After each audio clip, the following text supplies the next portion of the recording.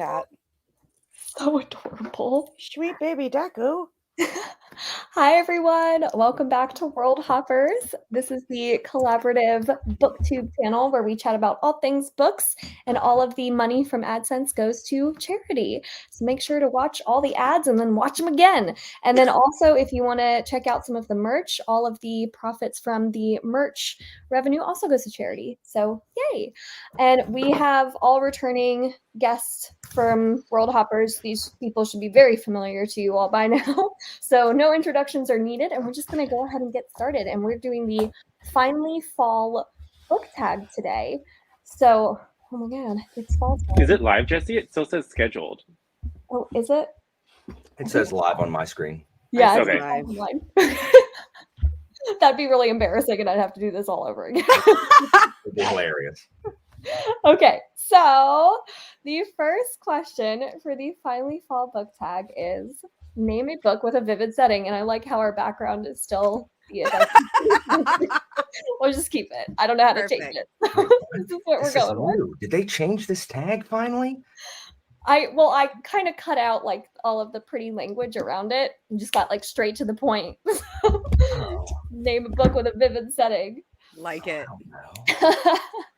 So I guess Alan, since you're right next to me, you can kick us off if you're. I should know. I should bring up the leader. I have no idea.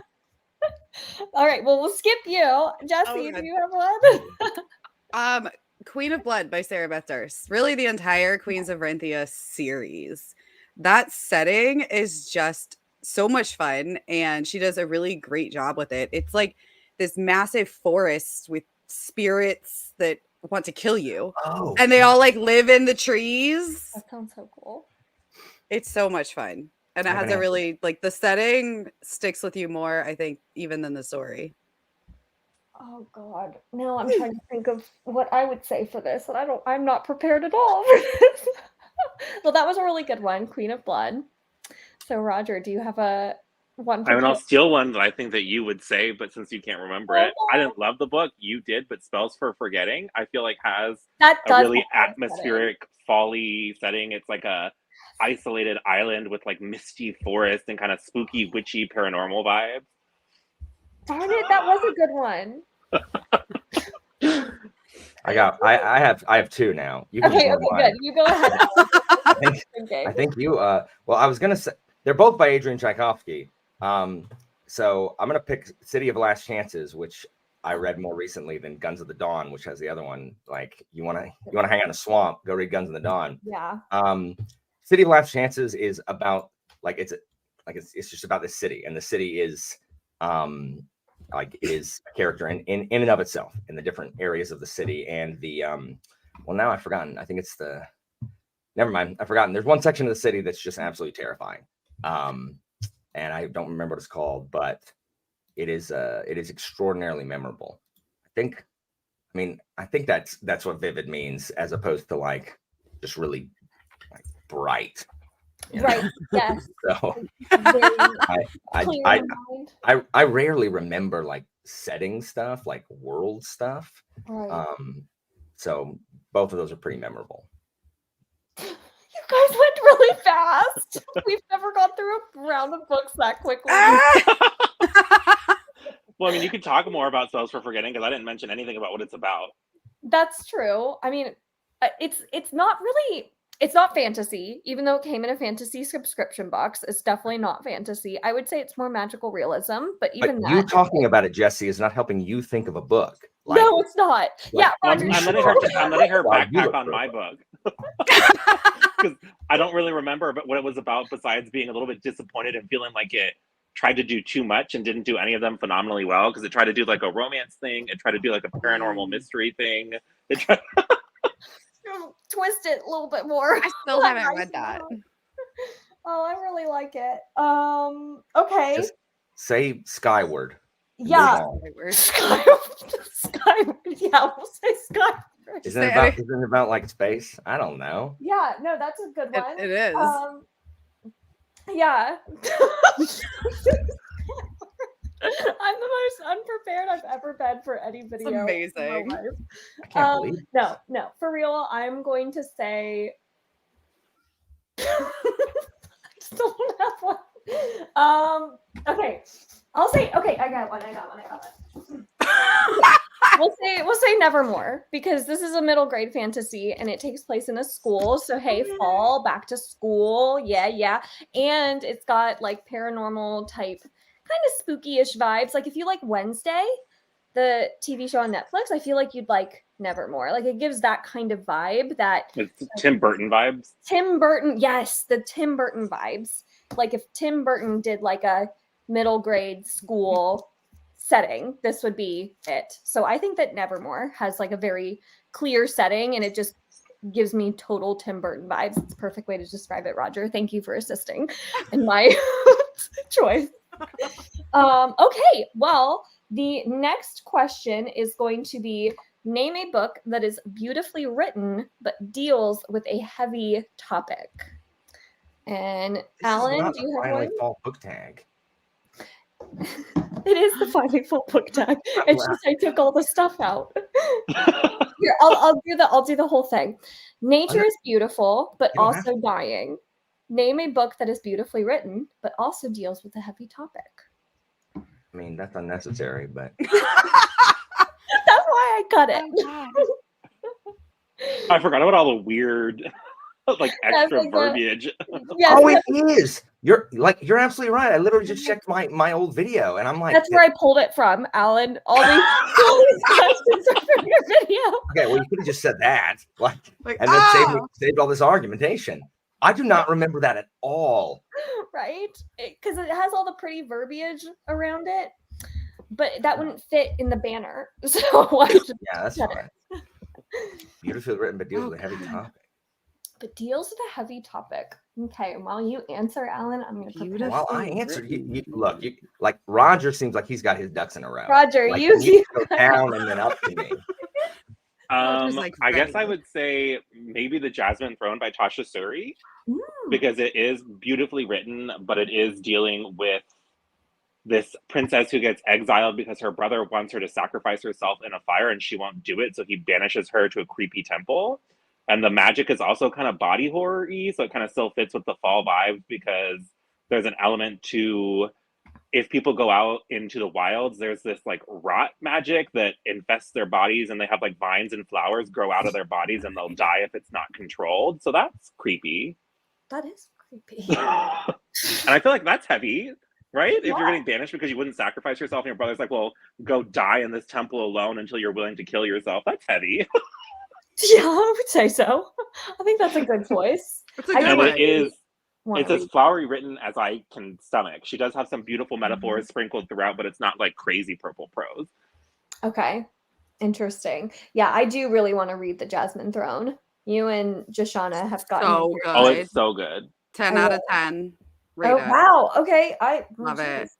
Okay. I gotta read it. All right. Who's next? Okay. I actually thought of two. Oh, good. Okay, good. Go ahead.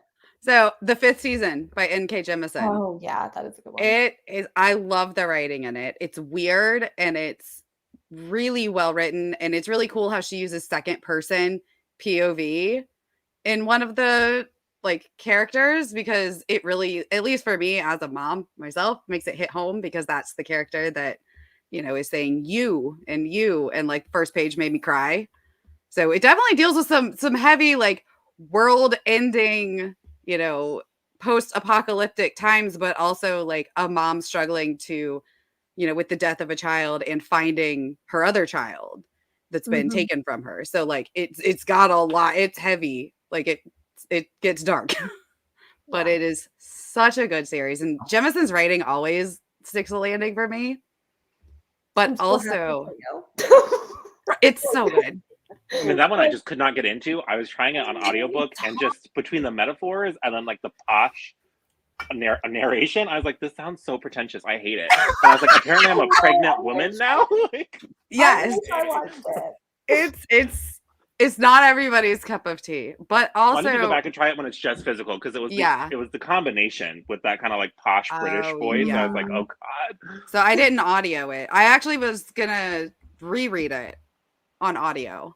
Since Angela loves that audiobook narrator. It's like her MVP, so don't listen to me. It was just something about the mixture of the metaphors and the posh voice. I was like, this is so pretentious. I hate it. I can't do it.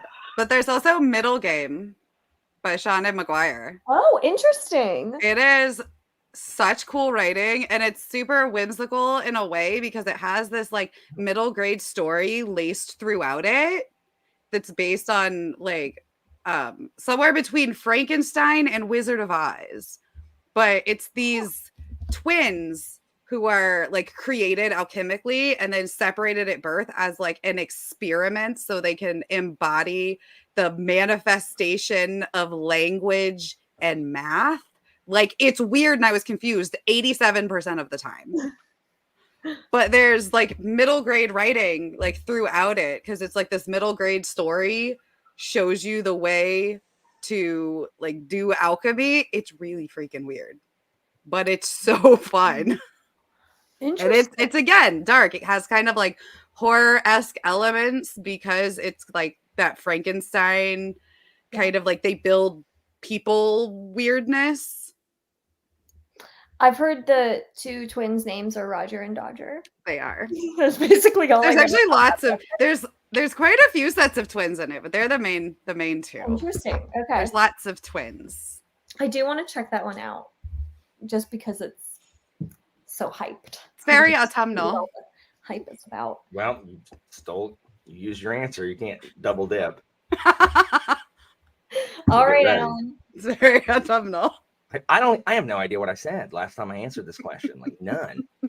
But Long Press Quartet, because I love Abraham's writing style, and the serious topics that are dealt with are, I mean, it's just really good. I mean, a lifetime friendship, I think, is a pretty heady topic, but each particular book deals with a specific, like, heavier topic. But the whole series is about these two men and their 60-year relationship. And it's good. Abraham is one of my favorite just writers. So I just got Age of Ash. So I wanted to start with the Long Price Quartet. Then I had the opportunity to get Age of Ash, and I was like, well. The problem is I think a lot of people hate Age of Ash. And I know why, especially if you're not like, if people don't, they're like, what is Abraham doing? I think Age of Ash, I think that trilogy is going to be really, really good when it's done. Like, I don't care. I love Age of Ash. And I like the second one way better. Interesting. Blade of Dream. I don't like the characters in Age of Ash. They're a drag. And I like them way better in the second book. But after the third book, like, because each book is covering basically slightly before, slightly after, but the same year in time from different perspectives. And it's filling in all the holes. And I really, really enjoy that, of seeing like, oh, hey, I remember this from book one, and it was not important at all in book one, but now I see, oh, okay, I see these guys are involved. Okay, all right. But if you like Abraham's writing style, then just stick with it. Like, yeah, I've heard it's slow, so I'm just like going in with expectations of like, okay, it's going to be heavier on like the. If you're expecting anything to happen, like, it's not going to. Yeah. So. I just hated that main character and the way that she treated that girl that like loved her. I hated her. Whatever her name was. Yes, the main character. Yes, she is why I do not like book one. I love Samish. Like, the other girl I love, but that main girl, no, she's not it. I hate her. I have book two. I haven't read it yet. It's good. I like the two main characters from that one better. Okay, I have one for this. Ooh. But it's heavy. It's very heavy, but it's so good. It's Beartown by Frederick Hoffman.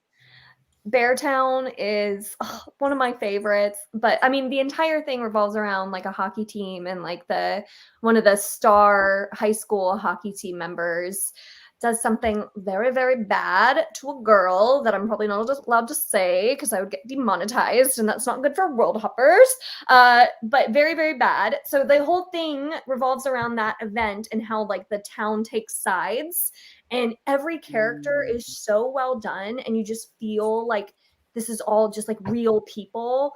And like, even though it's like very clear like what the right thing is, like you can kind of see like how these other characters are like coming to the decisions they're coming to, and it's just really, really well done, and it's just beautifully written. I love Beartown, so that one just like hits really hard though, so you have to like be prepared, but so good. Isn't that pretty much any Bachman? I feel like Does that Yeah, author I write mean, any anything boss happy? one. It's always kind of like I feel like Anxious People is kind of like the most like lighthearted of his that I've read that I really loved.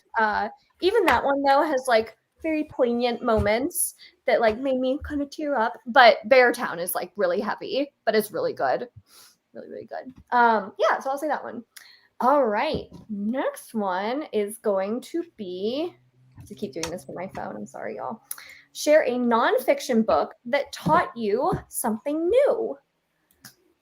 And if no one else has one for this, I actually do have one for this, and it is called Atomic Habits by James Clear. This is like one of the few self-help books that I actually really enjoyed because it's super actionable. Like it all makes a lot of sense, and it's things that you can like immediately start implementing in your life. Like it's very clear steps you can take to like actually implement better habits in your life. And it had like really like you can see on my tabs had like very, very good advice that was very easy to do in your real life. So that one was for me something that taught me something new. I actually have one.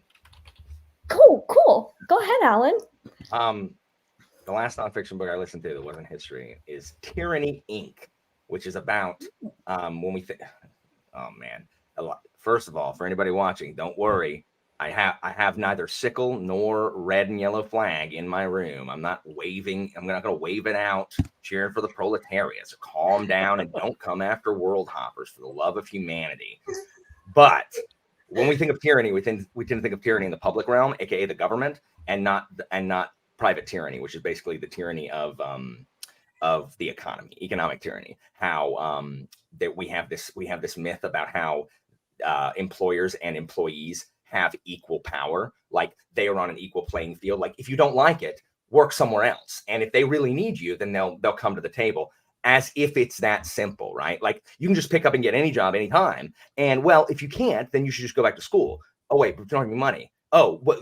Who cares? Like just get a better job and get some money, or move across the country. As if like people can just pick up and do that, right? Like and you learn all about the Texas two-step, which is how companies that are not bankrupt can create a shell corporation in Texas and put all their assets there and then declare bankruptcy so that they're not responsible for, their assets can't be seized in these massive lawsuits of, giving people mesothelioma and crap like that. It's disgusting. Like it's disgusting. And a lot of it's stuff I knew. Like I knew about the Texas two-steps would make me mad for years. But it's just like it is very fair. I mean, obviously, it has an opinion, which is that public tyranny or private tyranny is a thing. But it is also fair. But like, hey guys, like the argument in favor of the economic argument for this is this, and et cetera, et cetera, et cetera. So it is fair if people care about that.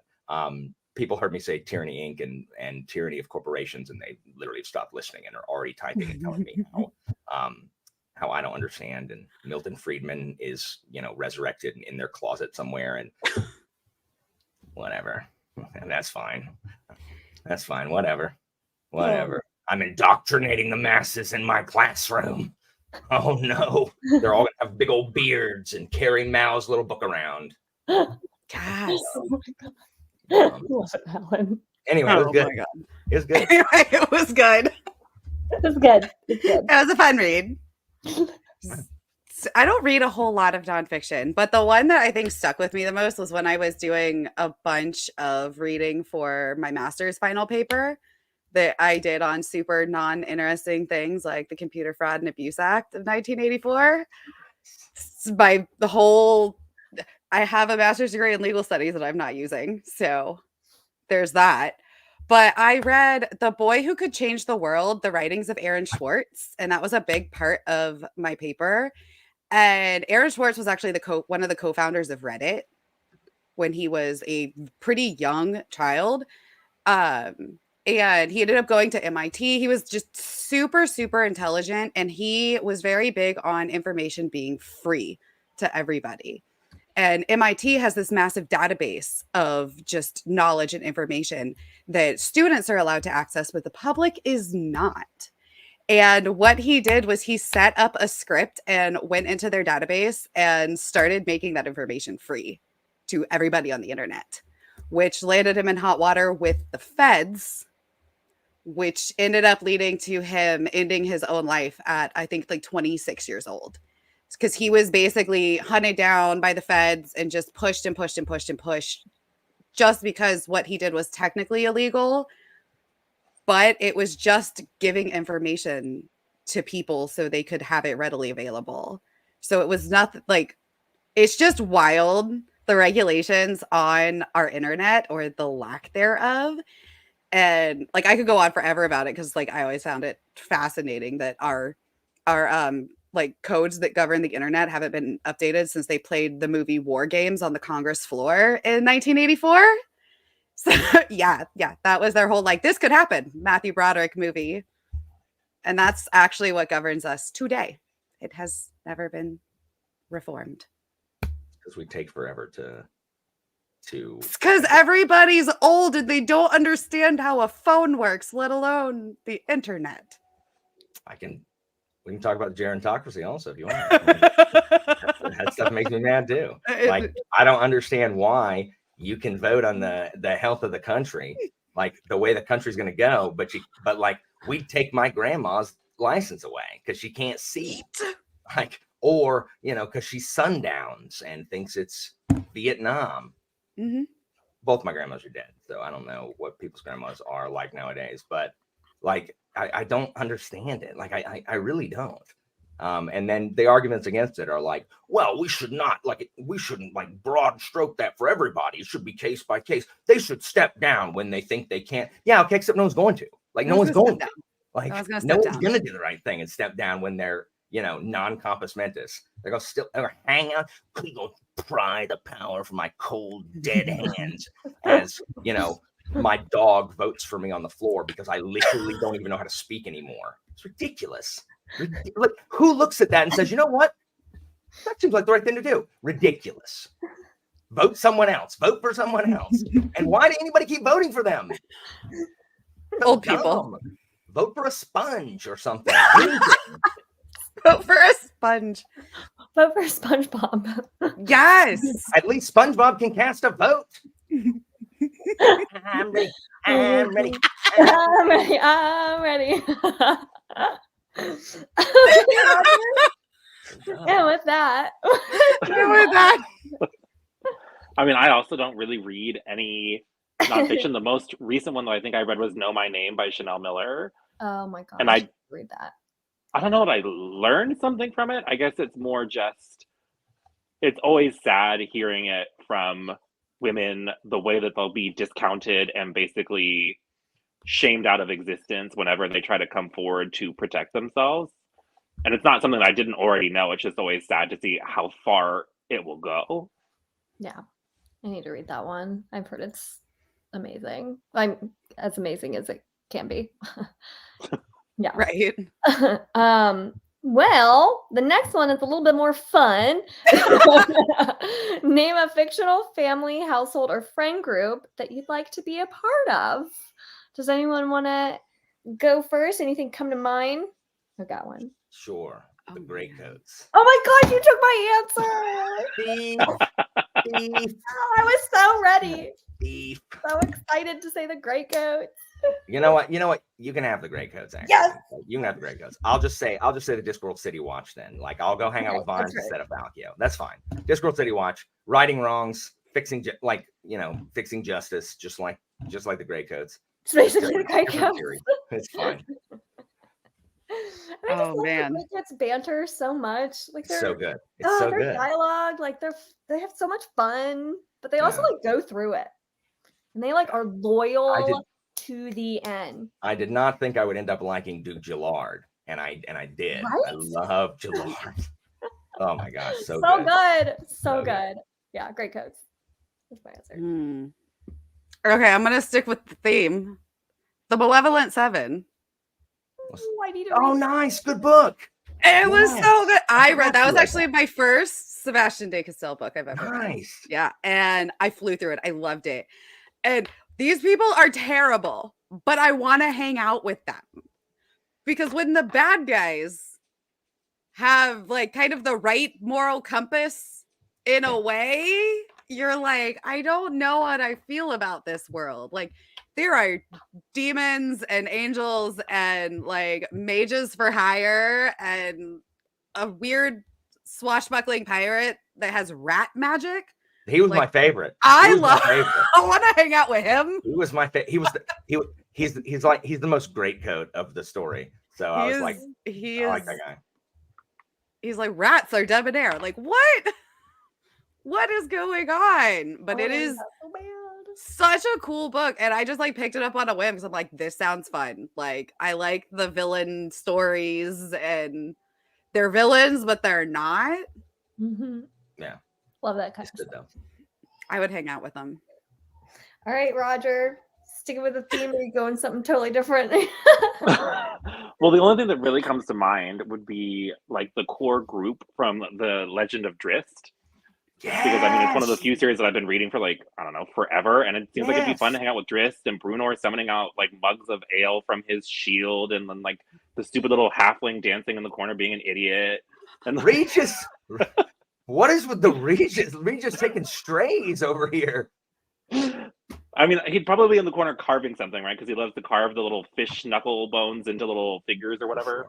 Or that seems like a fun group to just hang out with. Hear stories, hang out around a campfire, and have Brunor summon mugs of ale. Like, make Wolfgore go fetch stuff because Wolfgar sucks. That's why I didn't even bring him up. I'm like, well, just hand wave him. That's right. Wolfgar sucks. Wolfgar. That's awesome. All right. Share a book where someone is telling a story. All right. Dang. I'm writing this down. This was hard for me because I don't love this trope. So I'm curious what your answers are. I have ended up liking this trope more than I thought I would. Like this whole, like, I'm telling a story backwards after it's over. Like 3 series that I really like right now, like Warlord Chronicles, the Richard Swan's Justice of Kings, and then the Cicero trilogy, which I read this year and loved it so much. It is from the perspective of Cicero, who was, you know, a huge Roman order in Rome in 63, first century BC, and his slave, now freed slave, was basically his secretary, and like went to all of his meetings and literally wrote everything down, and basically invented shorthand, like the ampersand. Like Tiro invented the ampersand. It's an abbreviation of etc. Like morphed together. There's an E and a T and a C somewhere, but it's awesome. I knew the events, and I'm having difficulty reading about like events that I'm already aware of, like in historical fiction, because I'm like, how is a history book that I read better than this, you know, actual like fiction book? But it was just really good. Like it, just the way Robert Harris wrote it was like reading an ancient Roman John Grisham novel, like a legal / political thriller, where he's like, there's no way that happened. And then you look it up, it's like, oh crap, that crap did happen. Like, because he's mostly drawing from the record we have of, you know, Cicero, the stuff he said, and the other autobiographies or the other biographies we have of him at the time. So really, really good. Really, really good. Totally sold me on that, even though so good. It's like completely out of my comfort zone, and I'm like, that I need to read. You should try the first book. I think the first book's the best one anyway. Okay. But you should try the first one, and if you hate it, it's fine. But most everyone that read it with us like really liked it. Like everyone was surprised. I was surprised because I'm like, I don't even really like Cicero all that much, but now I kind of do, and I'm like, dang it. What has this done? Like, I hate Caesar and I like Cicero now. No. It's good. I also have The Winter King because of you, so I need to read that one. Don't read it. Listen to it. Don't read it. Listen to it. People keep really? The audiobook's better? 100%. Oh.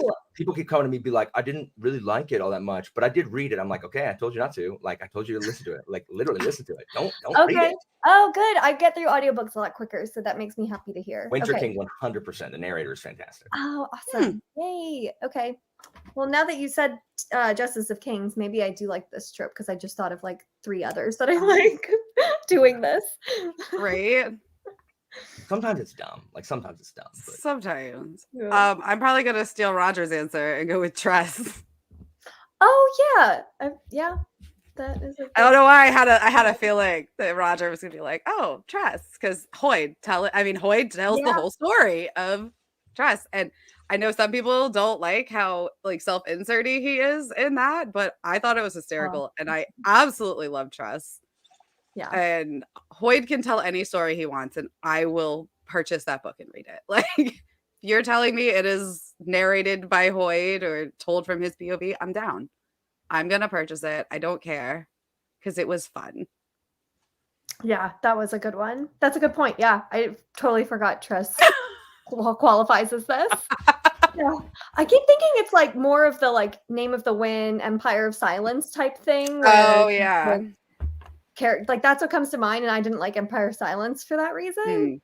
And that book was so boring. Name of the Wind. Oh my god! Thank you. Everybody loves that book, and I'm like, this was the most boring thing. Joanna was supposed to read it with me, and then I finished it way before her. And with the messages I was sending her, she's like, "I'm in no hurry to pick it up now." And I was like, "That's hilarious." Yeah. Oh my god! Thank you, Roger. First person I've heard say that. And then Angela didn't like it, which was like totally validated my feelings. It's like, thank you. All right, sorry. Go ahead, Roger. What's your answer? The first one that comes to mind is Empire of the Vampire by Jay Kristoff. It's also fall themed vampires. That one has a very strong narrative voice that you will either love or hate. I feel like there's not really anybody in between. Yeah. You either like it and think it's hilarious and it feeds like your inner early 2000s goth girl shopping at Hot Topic, or you hate it with every fiber of your being. And I am in the camp that loved it. I want to see Alan and Roger. I want to see Alan read it, and then Alan and Roger have a conversation. Our camps are across the river from each other. No, but that one I totally get, because it is so like overtly stylistic in what he chooses to do, and I can see that being instantly a turnoff. Or you just think it's fun. Yeah. Yeah. And you don't like fun, so I'm not surprised. I mean, that's true. Like I'm well known for my dislike of fun. That's hilarious. Oh my god. Yeah, I do want to. That's great. I never picked it up because I have DNF'd every Kristoff book I've tried to read. Then you're not going to like it. I hear that that's just his style. Like if you don't like his style with that kind of like snarky, over the top kind of swearing just to try to be fun with it, just move on. He's not there. Like, I want to say I've tried 3 of his books. I didn't give him a good chance. Every time I try. Yeah. I read the preview chapters on Amazon, and I'm like, I can't think of a writer that I hate more than this. Like, this is literally everything that I hate. Like in the first chapter, I hate it. I hate because it obviously is fun, and I hate that. So yeah, I feel like if I was gonna like any of them, it would be Nevernight. I hate the first chapter of Nevernight. And I didn't make it very far. I liked Nevernight. Although I don't know why I thought of this, Roger. I bought my daughter a skirt that literally from Hot Topic that I'm pretty sure I owned back in the early 2000s. That's hilarious. You might like Empire of the Vampire if you're really into like vampire-y stuff. Like if that's a thing for you, then maybe. But if you're not going to be sold on like the kind of cool vampire bloodlines and stuff like that, and you hate his writing style, it's just move on. He's not the author for you. It's fine. Yeah, it's not for me. Yeah. Okay, but I do like fun. I keep doing non fantasy, but I'm gonna do it. I have 2. Home Before Dark. Here's a good like fall one. Home Before Dark. The reason I'm picking this one is because it has like the whole premise is this family got famous because they lived in a haunted house, alleged haunted house, and they wrote a book about their time living in the haunted house. And you have chapters interspersed from the daughter of that story telling you what really happened and the chapters of the book that they wrote. So it's got like a story within a story, and I love the story within a story so much. It's such a clever way that it was executed, and like the way things build up in the story and then in real life is like super interesting. So I love that one. And go ahead. A long time ago, you told me that when I read Behind Her Eyes to tell you, I read that. That's the stupidest book I've ever read in my entire life. Her Eyes? It's so stupid. It's the best. No, Behind Closed Doors is the best. I love Behind Her Eyes is stupid. It's so stupid. It's so dumb, Jesse. Look. Either the twist is going to be your favorite thing ever, or the twist is going to piss you off so much that you go and throw the book in the trash. The problem is the good. book is dumb, and I hate everyone in it. Everyone in it is the worst human on the planet. Is it a domestic thriller? Go read it. At least Behind Closed Doors is stupid, but like it was interesting. At least the wife is the good guy in that one. Where it's just like, okay, Behind Closed Doors is so fun. Yeah, if you I can be on the page with Alan because I really don't like domestic thrillers because it's almost always two really unlikable people just doing awful things to each other, and I hate it. Yes, it's a domestic thriller where you just don't like anyone, and it's just so fun. It's not fun. It's awful, Jess. That doesn't sound fun. Go read Behind Her Eyes. Good. All right. I feel like that took the wind out of my sails for my turn. Wah, wah. You said Home Before Dark.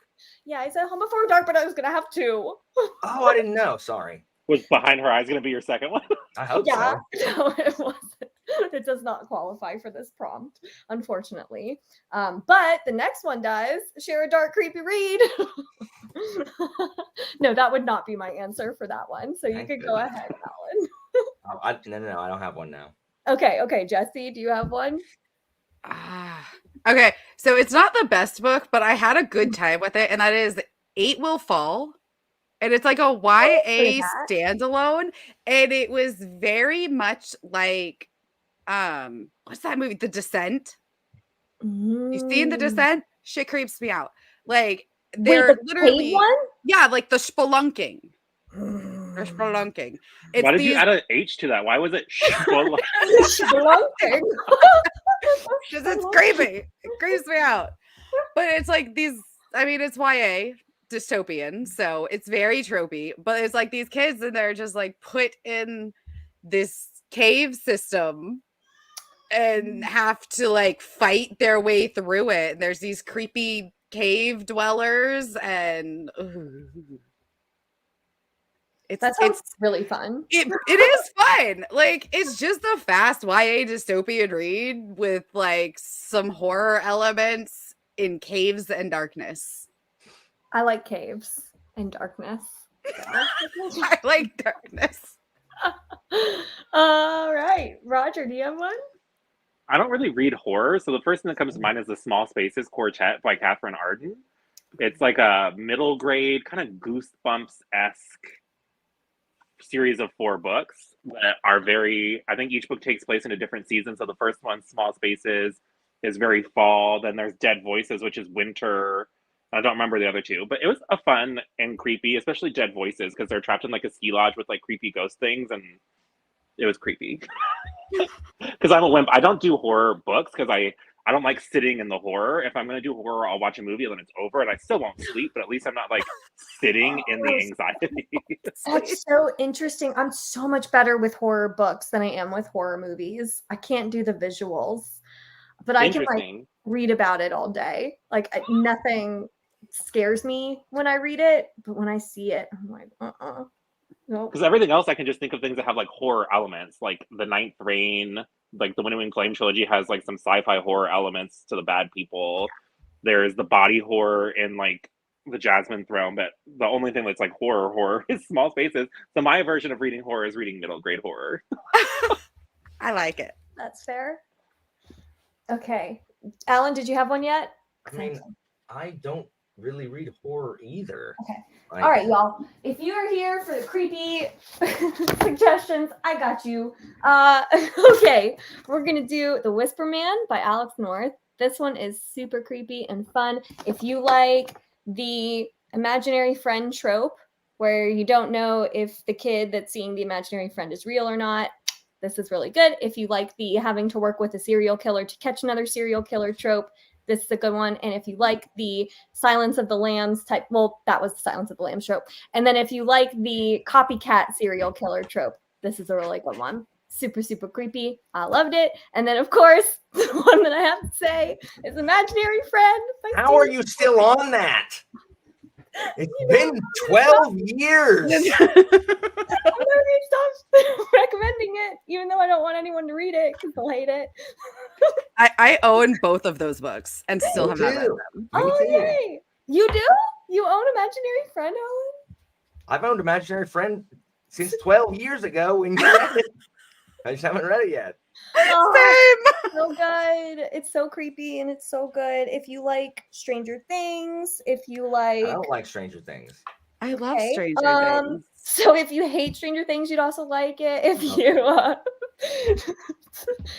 you like creepy stuff happening in kids, then you'll like it. If you like great mother-son relationships, you'll like it. So this is a book that you always pitch as like, you love it, but nobody should read it. Why? Why should nobody read it? They'll hate it because they hate it and it hurts their feelings. Yes. Because it's why will they hate it all time, and it has really low Goodreads ratings. Everyone. Why do you think people hate it so much? What about it? So it does get repetitive, and it's long. So it's like 700 pages, and everyone says the last 300 should be cut out. Everyone. It's so good. The last 300 is like my favorite. The build up, it like repeats itself and it gets gradually like more and more intense, like what's happening, but it does get repetitive. And I loved that, but a lot of people don't. And then it takes a turn that it has like a twist in the book where it takes a turn, and it's kind of spoilery to say what turn it takes, but it either is going to like really turn you off or you're going to be like, oh, that's really clever. But a lot of people don't like the turn that it takes. And I don't want to say it because it's a little spoilery. Or I'll never read it. But it's really good. So that's all. Word. That's what I got. I mean, 700 pages to us fantasy readers, I'm like, that's not that long. Right? I know. I'm like, it's not like it or something that's like 1,000 pages or freaking like, Dance with Dragons. I have one. Logging my way through. Oh, you found one? Yeah, I had one. One. Sorry. So this is a book that I haven't read it recently, and I re-got it. But like I read this book. I mean, I was in high school because I read it after Ender's Game and the Ender's Game books or whatever. And so it's an Orson Scott Card book, and it's called Lost Boys, and it's about reading it.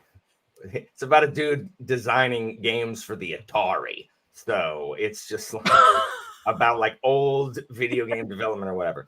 But there's the town they're in, like these kids are like just turning up missing and or dead or whatever, and this guy's son starts like seeing the dead kids like talking to him or whatever, and it's filled with a lot of cards, like because the main character is Mormon, like card, so there's a lot of weird like Mormon stuff, and it's very pro Mormon church or whatever, but it is one of the creepiest freaking books. Like when I finished reading it, I did not feel good about anything. Like I felt, and so like I've never forgotten that. Like, and I lost the book somewhere along the way. And one day I was thinking about it, just pops into my head randomly. Because it's based in 1980s Utah or wherever they are, and I'll do something that I'm like, and it'll just trigger a memory like, oh crap, like they're in this, they're in the bathroom here in this book. And then I'm like, that book is, so I just went ahead and bought it. And I haven't read it again, but I want to, but I'm just like, I hate the way this book ends. Like this book is, I don't know. Anyway, I'm so curious. It's just like, maybe it sucks now, but like I've never forgotten how the book made me feel the first time I read it. Like it might suck now, and everyone down in the comments going to be like, Ender's Game sucks. Be like, what? Ender's Game's good. Well, I feel like a lot of people hate on Ender's Game because they don't like the author. Mm-hmm. Yeah, I mean, you can think Card's a dweeb, like whatever. Like, screw you, Card, but I like Ender's Game. Yeah. I don't like Lovecraft either. But man, I'm gonna read me some Call of Cthulhu. Name a short and heartwarming read. Call of Cthulhu. So heartwarming. So heartwarming. As he rips out your heart and sets it on fire. It's warming. Oh, the fox, the mole, the boy, the dog, the horse. That one. That is a cute. Okay, so for those of you who don't know what that is, the boy says, "What do you want to be when you grow up?" And the mole says, "A good friend." It is a cute one. It is. I have it. It is very cute and very heartwarming. And that may be the only book I own that fits this prompt. Look at you go. You had one, though. I know. I'm impressed. I know. It's the last book I read last year. Here, let me... We're gonna pop it up on the screen. Yeah, I was gonna pop it up because I don't know if people got the title of it. I said the title perfectly. The Mole, the Fox, the Hound, and the Horse, and it's not the Fox and the Hound. That's a Disney movie. Look, don't get me started on the Fox and the Hound. The mole, the horse, the dog, the fox. The dog. The dog. She brought it to me. Christina brought it to me. She heard me talking about it. Right? One? I'm like, I've got it somewhere. Oh, there you go. Christina the boy, for the win. The mole, the fox, and the horse. There's no dog? There's no dog. I swear there's a dog in this. And there's no hound. And there's no anything else. Just the boy, the mole, the fox, and the horse. Fox. It's so good. All right. That's a good one. Jesse, you have one? The Wishing Game by Meg Schaefer. It was surprisingly adorable. Like, not my normal read at all, because like short and not really fantasy at all is not my norm. But I picked it up and it was just a good time. It's like a mix of like Charlie and the Chocolate Factory grown up. Like, and our main character is the teacher, and all she wants is enough money to adopt this boy whose like family had passed away, and she like wins this chance to go like compete for an unpublished manuscript of this like super famous reclusive author's like most recent book, and it's like her and like 4 other people, so there is like a competition, but it's not like a to the death kind of like typical what we read in fantasy. It's just sweet, and the ending of it is sweet, and the whole thing is just cute and wholesome and kind of low stakes, but still, you know, hits you in your feels where it matters. And I just loved it. Yeah, I feel like that one will make me cry, and I'm excited for it. Yes, because I did. And I cry at everything. So, like, I'm a crier. Movies, books, songs. Oh, yeah. Random thoughts that come into my head watching commercials. Like, yeah, if you ever need to, like, get stuff out of your eyes, just watch, like, the, like, army men coming home to their dogs. Dear God. Done. Yep. All the tears. It's good for getting the stuff out of your eyes. It's good for cleaning me out. All right. I'm there with you. Roger, you got one? The first one that comes to mind is The House in the Cerulean Sea by T.J. Klune. I was gonna say. Sorry, Jesse. I mean, it is short. It is It is. Adorable. It is. I mean, what is his name? Chauncey or something? The little blob guy who just wants to be a bellhop. And then the slow burn male romance, but like not ripped. Because like in the gay community, the shallowness is real. And so reading like a more realistic, like 2 like middle-aged guys having a slow burn. Yeah, it's so sweet. I love that book too. I love that book so much. I like Was that your answer though, Jesse? Did I steal it from you? You did. It's Aww. fine. The little Lucifer kid is just... Oh, Lucy is my fave. He reminds me too much of Luca, but... Look, Lucy's just really misunderstood. I have my own. Your own little Lucifer. I pulled a fire alarm at school one year, so... Oh, God. Because they made him put wet shoes back on. Well, I mean, wet shoes suck. So... All right. Well, I am going to say not House in the Cerulean Sea. Okay, I'll say. Okay, I'll give you The Sun by Jandy Nelson, which is a young adult contemporary, which is not something. I've never heard of that one as heartwarming. I always feel like it's heavy. I mean, it's like it ends like, oh, okay, okay, giving you like hope, like, oh, yay. Shauna's been trying to convince me to read that forever, and I got it in like some random box from Penguin. Oh my God, it's so good, Roger. Same. You have to read it. It's so good. I think I brought it with me. I think it's in my like box of stuff that I brought with me for our temporary apartment. So like I do have it with me. Yeah. Like it yes, there it Just is. so happen to have it in this unhaul box over here. But look, I don't read YA contemporary ever, because it's just like, you're just out of that target age range and it's fine. But that one was like, it was, the writing was so clever and witty, and the way it was told was just so well done, and it's very like artsy, but in a way that like for me really worked.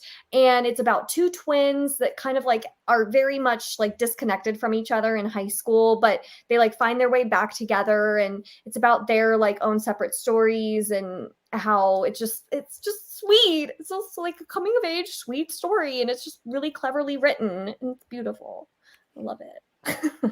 So maybe I'll give it a try before I pass it on to a niece. it's so Because good. Jashana loves that book too. It's Like it's one of her favorites of all time. It is my like top 10, one of my favorites of all time. Yes, it is that good. I think me and Jashana agree on that one for sure.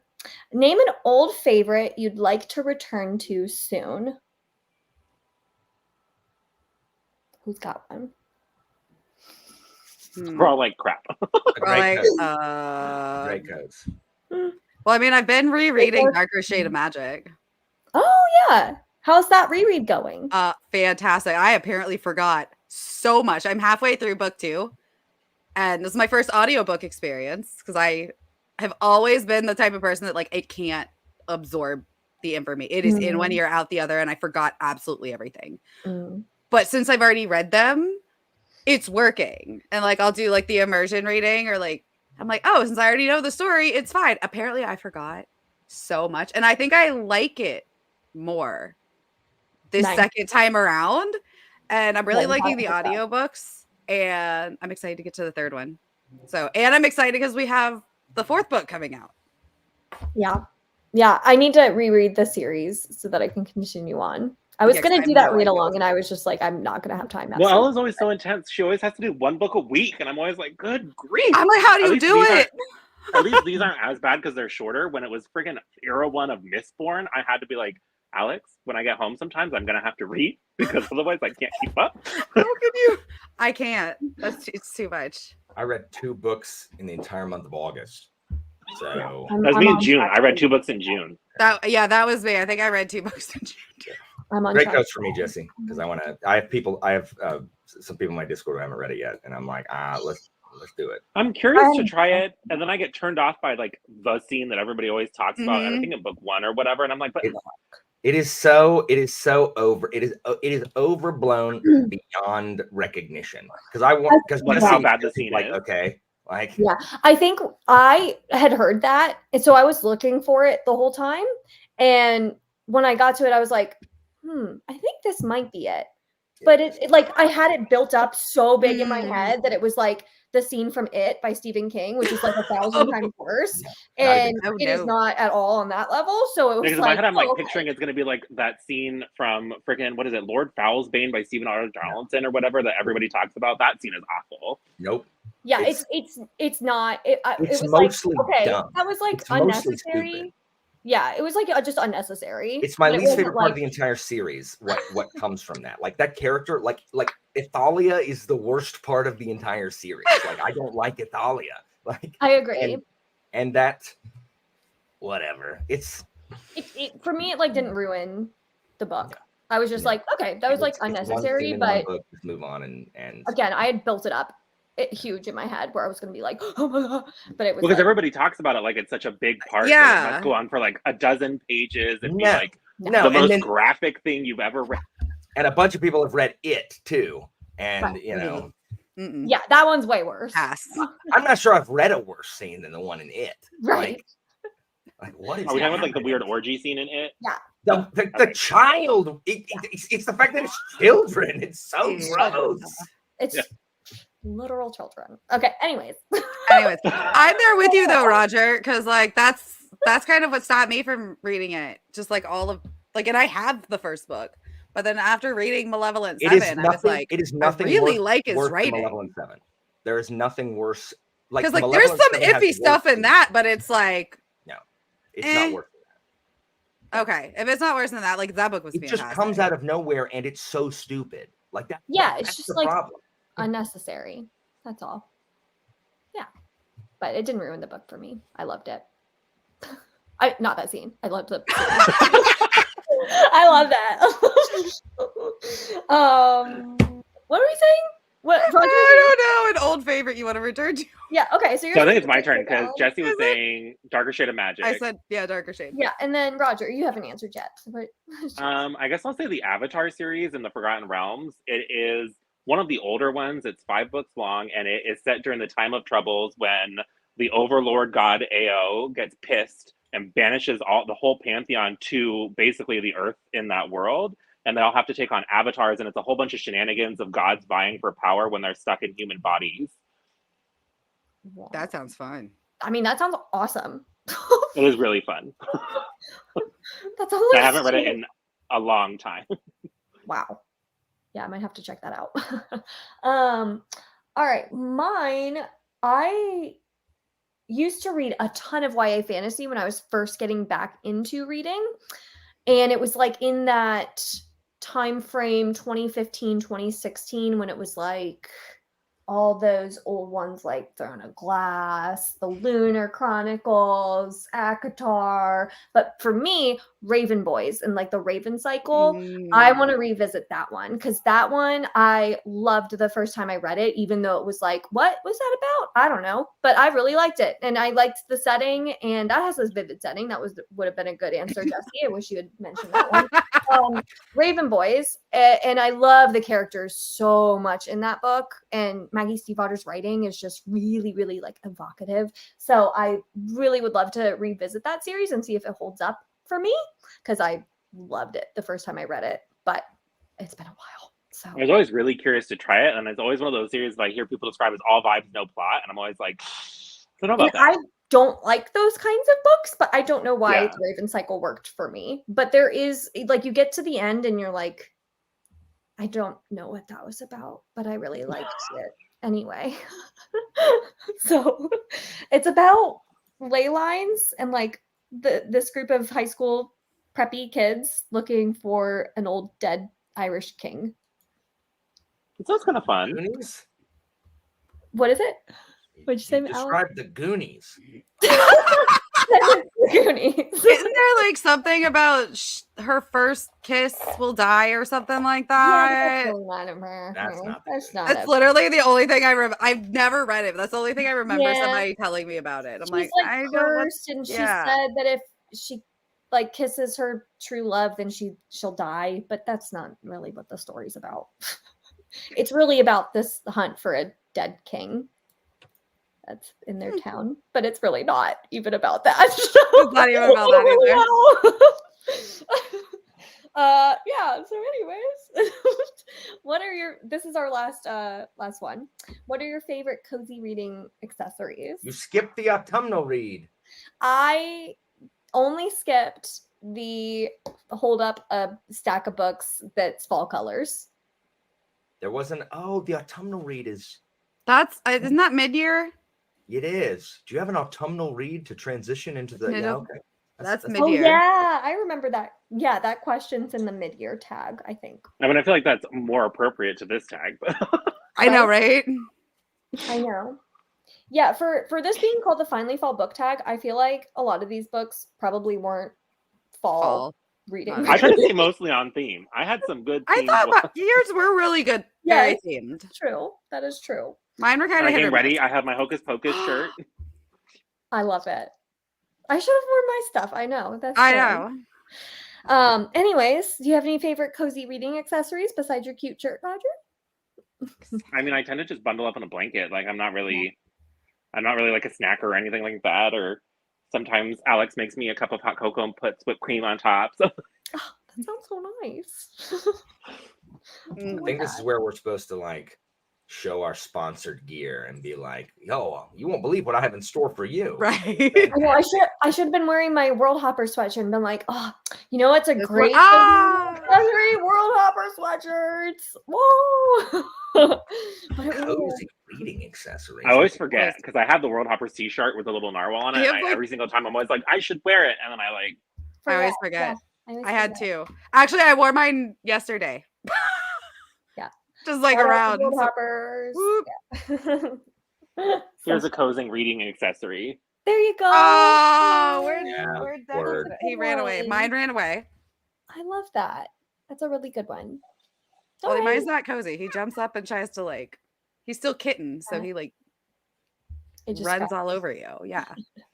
I mean, usually there's coffee. I'm empty now. Coffee's good. And screaming children.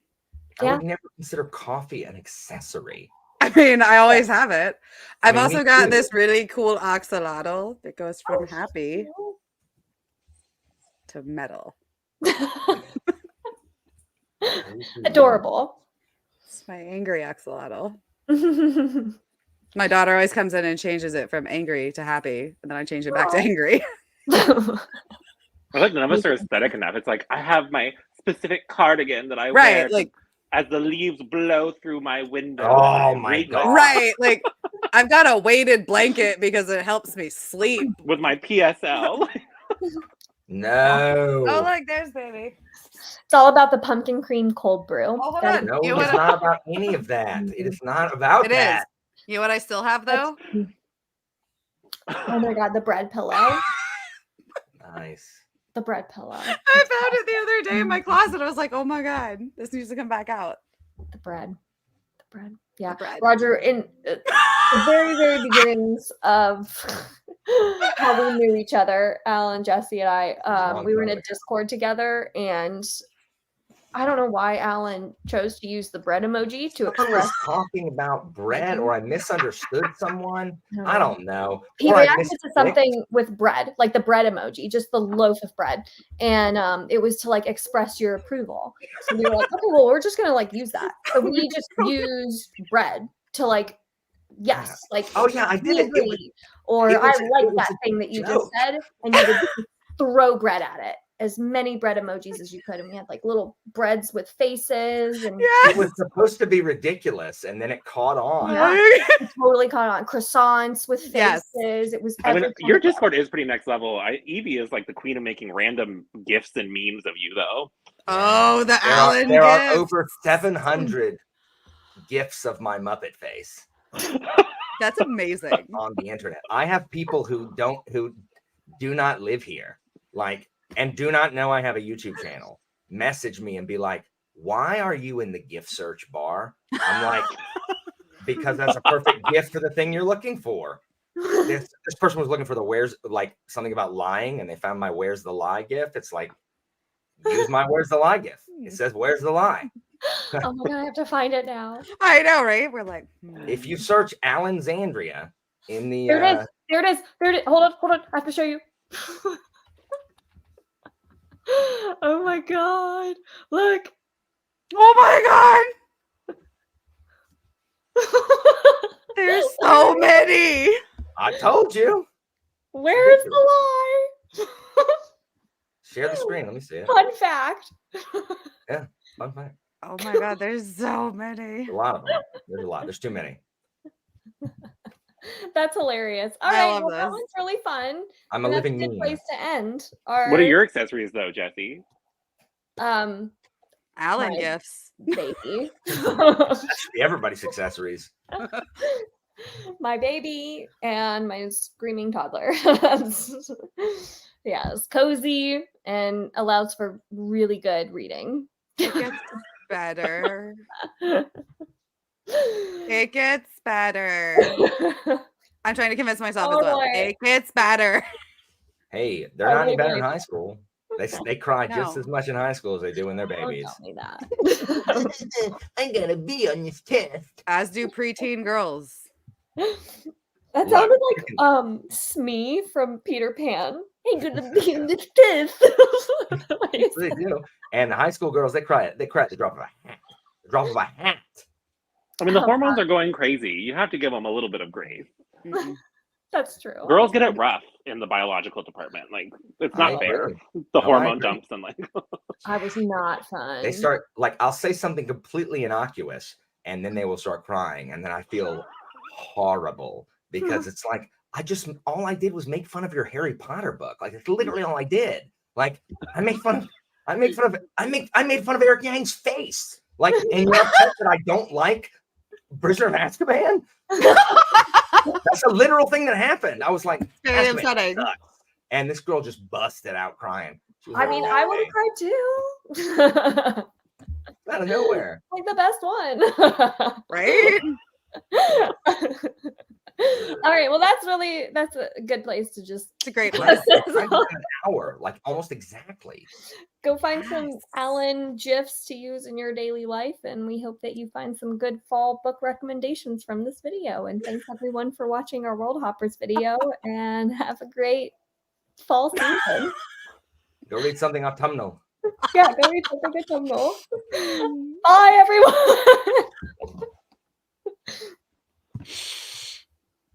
Yay.